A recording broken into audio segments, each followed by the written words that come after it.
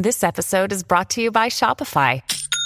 Forget the frustration of picking commerce platforms when you switch your business to Shopify, the global commerce platform that supercharges your selling wherever you sell. With Shopify, you'll harness the same intuitive features, trusted apps, and powerful analytics used by the world's leading brands. Sign up today for your $1 per month trial period at shopify.com/tech, all lowercase. That's shopify.com/tech.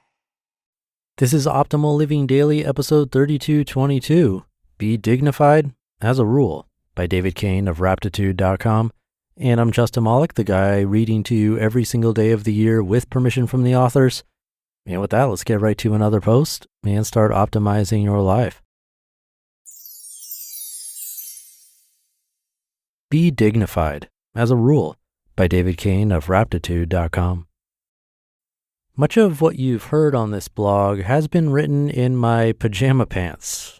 Writing directly follows meditation in my morning routine, so I've often gone right from the cushion to the coffee pot to the desk. Occasionally, life would remind me that there are practical reasons to put on socially acceptable pants before beginning the workday.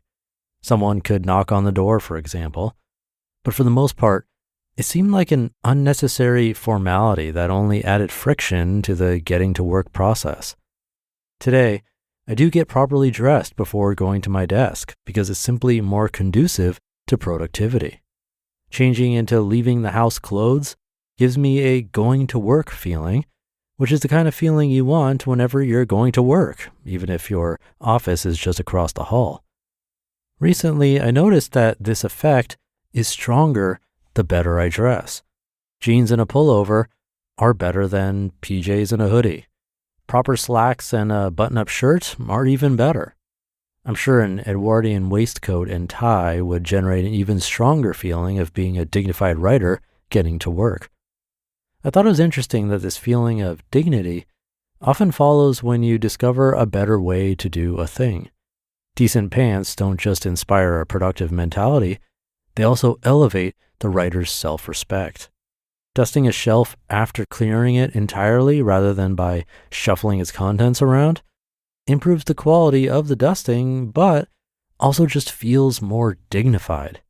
Dutifully assembling your tools and ingredients before cooking, a practice known as mise en place, improves the food, but also dignifies the cooking process, as well as the person doing it, because you're no longer scrambling like Ricky Ricardo to find the right spices while your rice boils over. It only recently occurred to me that it actually works the other way around. Dignity doesn't follow effectiveness as much as effectiveness follows dignity. We're more engaged while reading from a beautiful hardcover than from a computer printout, or in a lamplit armchair rather than a plastic patio chair. Wine tastes better out of a spotless wine glass than from a paper cup. Perhaps we should have dignity foremost in mind whenever we do anything, because it's an intuitive sense we all have, and it points the way to a thing done well. Now, it might sound like I'm equating my own aesthetic preferences to dignity. I like lamps and armchairs and wine. Maybe you don't. What feels dignified depends on the person. But we can always sense our own dignity or lack thereof in how we do a thing, even when nobody else is there to see it. Dignified doing has always spoken to me, although I haven't known what to call it. I once wrote a post on Raptitude's Patreon feed specifically about the dignity of looking up words in a real paper dictionary, or rather the corrosive indignity of using an ad-riddled online one that you don't even own. There are dignified and undignified ways to do everything.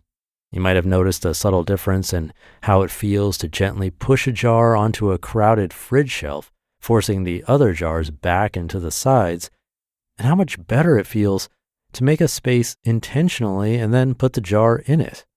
A little more intentionality, a lot more dignity. Technology tends to pull us away from this way of being, eroding dignity in the quest for speed, variety, or convenience. I find it more dignified, for example, to listen to music by playing a single album rather than an AI-generated playlist. Instead of an infinite stream of algorithmically similar songs, you get a coherent work as its artist intended. I have no vinyl collection, but anyone who does knows there's something spiritually superior about setting an LP onto a turntable rather than thumbing over to the same album on Spotify, sound fidelity aside. I'm sure some proportion of our modern malaise comes from this sort of technology-induced dignity loss. The more our tools automate once manual actions, and the more we access them all through the same lifeless touchscreen, the less intentionality and resolve there is behind whatever we're doing. Maybe some friction and formality is a good thing because it keeps our values in charge of the action, leaving less to momentum. Ultimately, it's a choice though, and the dignified way is there whenever you look for it. I have a folding steamer basket I use almost daily. For a while, one of the pedals would come off if you held the thing sideways, so I made sure to handle it gingerly and keep it level. Finally, I did the dignified thing. I got out a flathead screwdriver, sat down at the table, and carefully rebent the metal flap that held the loose pedal in place. Well, now it stays. The steaming of vegetables is a little easier, of course, but the greater gain was in becoming the person who fixed the thing that needs fixing, and no longer the person oppressed by his faulty steamer basket. Dignity isn't only a matter of the tools, clothing, or the method with which you do a thing. It's in the way of doing, the earnestness, the uprightness, the respect for the task and its doer.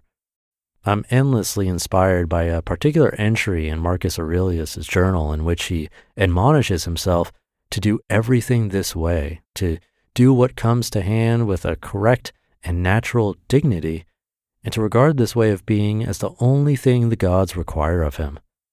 There have been periods lasting hours or sometimes days when I've settled into this dignified groove of doing one thing at a time with undivided intention, devoting the whole self to each task, rather than applying just enough of the self to deal with it. The sensation of being in this groove is like a calm version of surfing. You've caught a certain exhilarating momentum. You have to make frequent, intuitive adjustments to maintain it, and the rolling sea still surrounds you, but there's no thought whatsoever of wanting to be anywhere else. You just listened to the post titled, "Be Dignified, as a Rule," by David Cain of Raptitude.com, and I'll be right back with my commentary. It goes without saying that a lot of people don't know where to start when it comes to investing. Many think you need a lot of money to invest, and some put off investing because it doesn't seem urgent. Acorns makes it easy to start automatically saving and investing for your future. You don't need a lot of money or expertise to invest with Acorns. In fact, you can get started with just your spare change. Acorns recommends an expert-built portfolio that fits you and your money goals, then automatically invests your money for you. And I love Acorns because I feel that this type of automation is exactly the boost needed for the many people who like the idea of investing, but haven't felt ready to begin for whatever reason. I've been there, and I know how relieving it can be to finally get over the hump, wishing I'd started sooner. So head to acorns.com/old or download the Acorns app to start saving and investing for your future today. Paid non-client endorsement. Compensation provides incentive to positively promote Acorns. Investing involves risk. Acorns Advisors LLC, an SEC registered investment advisor. View important disclosures at acorns.com/OLD. Thank you to David. Couldn't help but laugh at the pajama pants comment and going straight from meditation to coffee to work. Well, my morning routine is slightly different, but yeah, I put this episode together in my pajama pants. It's true. I wonder if you're in a similar boat since working from home has become more and more common these days. It does take me way back to a post I narrated by Kristen Wong where she mentioned something similar. I didn't change back then, but maybe hearing it again now will have an effect. Probably one of my hardest habits to break since pajamas are so comfortable, but a tough one to argue with. And I know I've said it on this show before, comfort is not the goal. We need discomfort to grow. I think it's easy to relate to his examples, like shoving things in the fridge instead of adjusting as necessary and intentionally placing the item. It's a slight difference, probably not even a time difference, but the feeling could be completely different for the better. This doesn't come up a lot on this show, so I appreciated this one from David. Hopefully you did too. And wishing you a great rest of your day, a dignified one at that.